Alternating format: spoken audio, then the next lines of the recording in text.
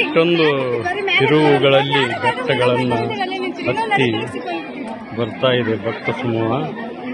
ಮಾರುತಿದೇವರ ದೇವಸ್ಥಾನಕ್ಕೆ, ಆಂಜನೇಯ ಸ್ವಾಮಿಯ ದೇವಸ್ಥಾನಕ್ಕೆ ಇಷ್ಟೊಂದು ತಿರುವುದಲ್ಲಿ ಅದೇ ಅಷ್ಟು ತಿರು. ಅಲ್ಲಂತೂ ಒಬ್ಬೊಬ್ಬರೇ ಬರುವಷ್ಟು ಕಡಿದಾಗಿದೆ.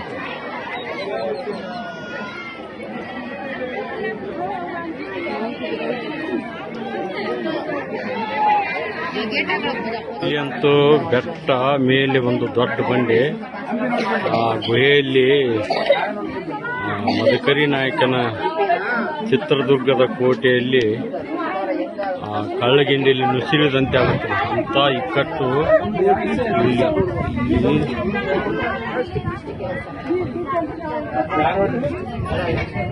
ಹನುಮದಾರಿಗೆ ಕೊನೆಯ ಒಂದು ದೃಶ್ಯ ಅನ್ಬೋದು. ಅಂದರೆ ಇಲ್ಲಿಂದ ಮೇಲೆ ಹೋಗಿಬಿಟ್ರೆ ಹನುಮ ದೇವಸ್ಥಾನ ಇದೆ.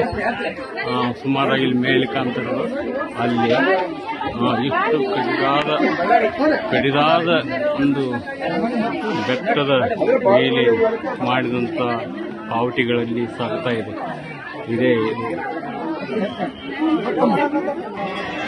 ಅಂತೂ ಇಂದು ಶನಿವಾರ 1:30 ಗಂಟೆಗೆ ಅಲ್ಲಿ ಕೆಳಗಿಂದ ಸರ್ತಿ ಸಾಲಿನಲ್ಲಿ ಬಂದು ಈವರೆಗೆ ತೋರಿಸಿದ ಎಲ್ಲ ಬೆಟ್ಟದ ಕಡಿದಾದ ಮಾರ್ಗದಲ್ಲಿ ಪಾವತಿಗಳನ್ನು ಹಚ್ಚಿ ಆಂಜನೇಯ ಸ್ವಾಮಿ ದೇವಸ್ಥಾನಕ್ಕೆ ಬಂದ್ವಿ. ಈ ಆಂಜನೇಯ ಸ್ವಾಮಿ ದೇವಸ್ಥಾನ ಇಲ್ಲೇ ಇರೋದು. ಈ ಬೋರ್ಡ್ ಇದೆಯಲ್ಲ, ಆ ಕಡೆ ಜನ ಸರ್ತಿ ಸಾಲಿನಲ್ಲಿ ಬಂದರು. ಅಲ್ಲಿಂದ ಅವರು ಮುಂದೆ ಒಳಗೆ ದೇವಸ್ಥಾನ ಇದೆ, ಆಂಜನೇಯ ಸ್ವಾಮಿ ವಿಗ್ರಹ ಇದೆ. ಅಲ್ಲಿ ಫೋಟೋ ತೆಗೆಯಲು ಅವಕಾಶ ಇಲ್ಲ, ಅದಕ್ಕೆ ನಾನು ಹೊರಗಿಂದನ ಮಾಡ್ತಾ ಇದ್ದೇನೆ.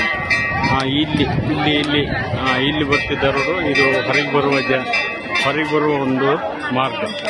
ಹೊರಗೆ ಬಂದು ಇಲ್ಲೆಲ್ಲ ಬೆಟ್ಟದ ಮೇಲೆ ಭಕ್ತರು ಹನುಮಂತನಿಗೆ ಕಾಯಿ ಕರ್ಪೂರ ಹಣ್ಣುಕಾಯಿ ಮಾಡಿಸೋದು ಮತ್ತು ಭಕ್ತಿ ಇದು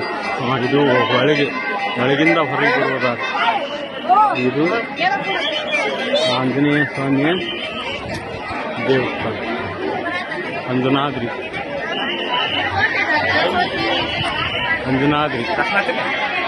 ಹನುಮನು ಜನಿಸಿದ ಸ್ಥಳ ಅಂಜನಾದ್ರಿ ಬೆಟ್ಟ, ಗಂಗಾವತಿ ತಾಲೂಕು, ಚಿಕ್ಕರಾಂಪೂರು, ಆನೆಗುಂದಿ ಊರು ಇಲ್ಲೇ ಇದೆ. ಇಲ್ಲೆಲ್ಲ ಭಕ್ತರು ದರ್ಶನ ಪಡೆದು ಬಂದು ಸ್ವಲ್ಪ ವಿರಮಿಸುತ್ತಿದ್ದಾರೆ.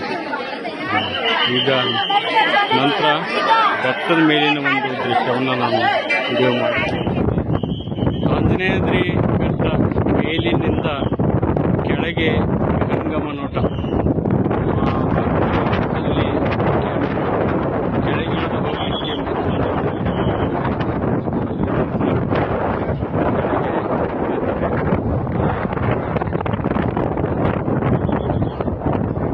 ಚಿಕ್ಕದಾಗಿ ಕಾಣ್ತಾ ಇದೆ.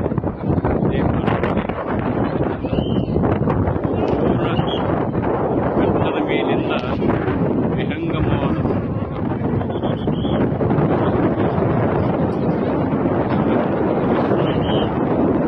ಕಡೆ ಎಲ್ಲ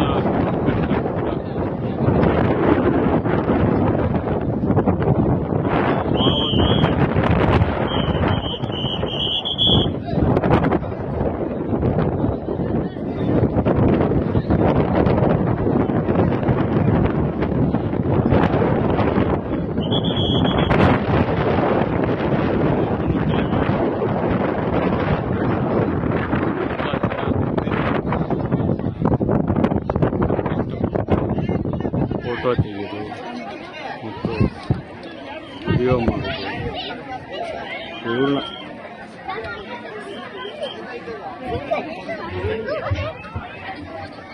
ಹನುಮಾನವನ್ನೊಂದು ದರ್ಶನವನ್ನು ಪಡೆದು ಪುನೀತರಾಗಿವೆ.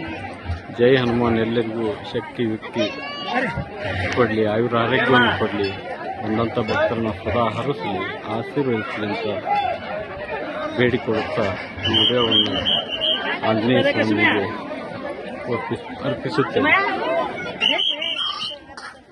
ಅಂಜನಾದ್ರಿ ಬೆಟ್ಟವನ್ನು ಹತ್ತಿ ಆಂಜನೇಯ ಸ್ವಾಮಿಯ ದರ್ಶನವನ್ನು ಮಾಡಿಕೊಂಡು ಇದು ಕೆಳಗೆ ಇಳಿದು ಹೋಗುವಂಥ ದಾರಿ.